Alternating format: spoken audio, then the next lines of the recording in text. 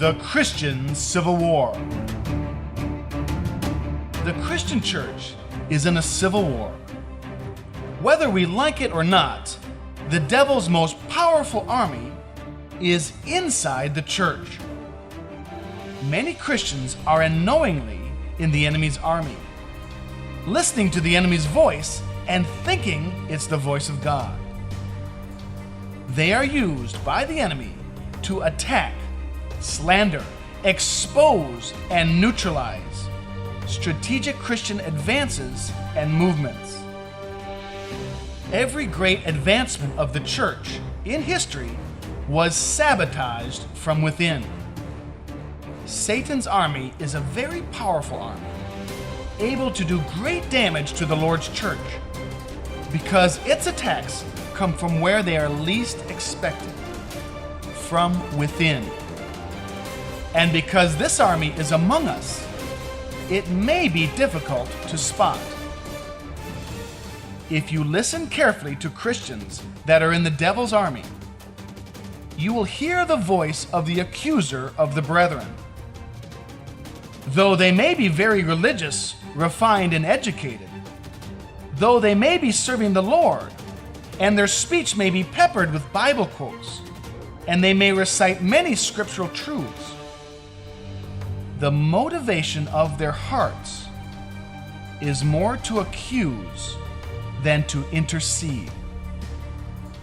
They deal in the faults of others like a gambler deals with cards, exposing every sin, every flaw, or doctrinal error that a person has ever made.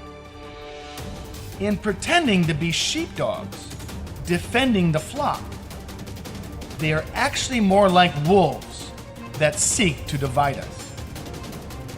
These are our own Christian brothers and sisters in the enemy's camp. We should not fight against them, but against the powers that hold them captive. We must fight to set them free and bring them back into the Lord's army. The battle lines are drawn. We cannot ignore this army any longer. We have lost too much ground and too many souls to this army. We must now fight for complete victory. This Christian civil war has been prophesied by other people and shown to me in a dream. In my dream, I saw the Lord's church represented by a military base. Everybody on the base had different positions and jobs. There were ground soldiers, fighter pilots, guards, captains, generals, etc. Everything looked normal and in order. But then I noticed something strange. While everyone was going about their duty, all of a sudden, a group of our soldiers, who looked like stormtroopers, started marching in complete unity toward a particular area of the base. This group was comprised of people from all the different areas of the base. They marched in lockstep, as though they were being given orders by some unseen force. And they moved onto these wooden platforms that were high above the entrance of the airplane hangar. The rest of us were amazed and didn't know what to make of them. When they reached the edge of the platforms, they all pulled out AK-47 assault rifles. I looked on in amazement and said to myself, "What are these guys doing? Who are they responding to?" Then an airplane came out from the hangar, and all the soldiers opened fire on it. The pilot didn't have a chance. Such a hail of bullets came against him that his plane was quickly destroyed. The pilot could not go fast enough to escape. And I thought, betrayal! Betrayal! The rest of us who were not part of this group started running in fear. The group shot down one plane after another. It was a complete slaughter. All of the pilots tried to go top speed out of the hangar, but they did not stand a chance. We were losing all of our best fighter pilots. And in real terms, one pilot in the air was more powerful than 100 ground soldiers. But none of the pilots could get airborne. Then, one pilot took a different path.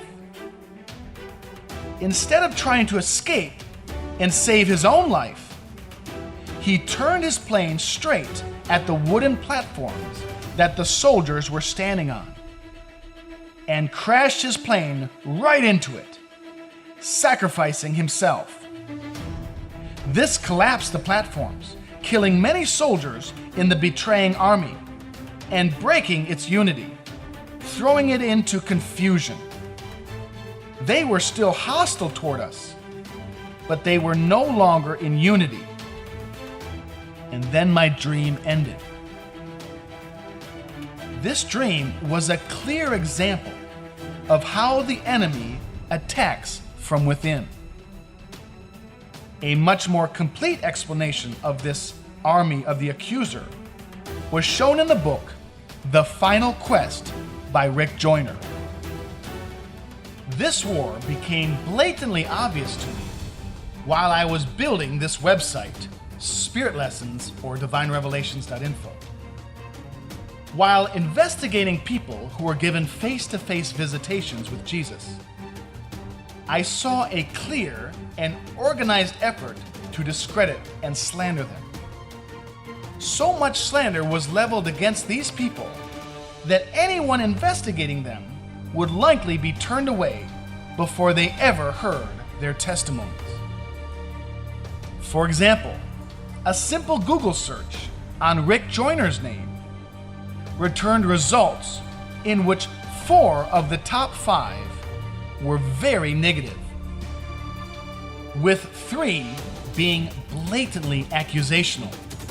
For example, dangerous teacher, self-proclaimed prophet, false teacher, a man in the grips of evil deceit, the spirit of darkness and deception, most unsound and dangerous teacher, etc.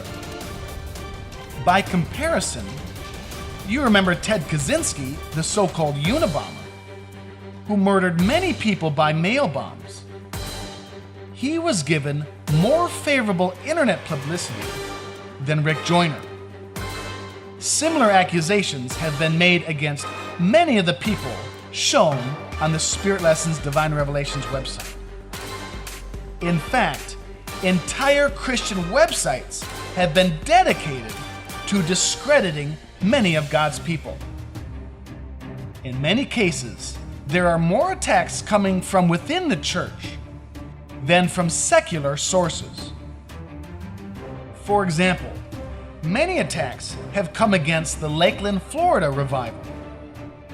These attacks claim that many of the reports of healing miracles were false and that the revival was not of God. However, I traveled to Lakeland, Florida, and personally interviewed 25 people who were miraculously healed. Their healings were confirmed by multiple sources, including pastors, relatives, and friends. I also witnessed hundreds of other miracles and signs, but was unable to interview all those who were affected. This army that attacks strategic moves of God is filled with many well-intentioned Christians that have been deceived by the angel of light. They listen to the voice of the accuser, thinking it is the voice of Jesus. Many of us were at one time a part of this army and being used by the devil, but have since repented. When a Christian learns the real voice of the shepherd, they will utterly reject the voice of the accuser of the brethren. Here are some hard lessons that I have learned about accusation.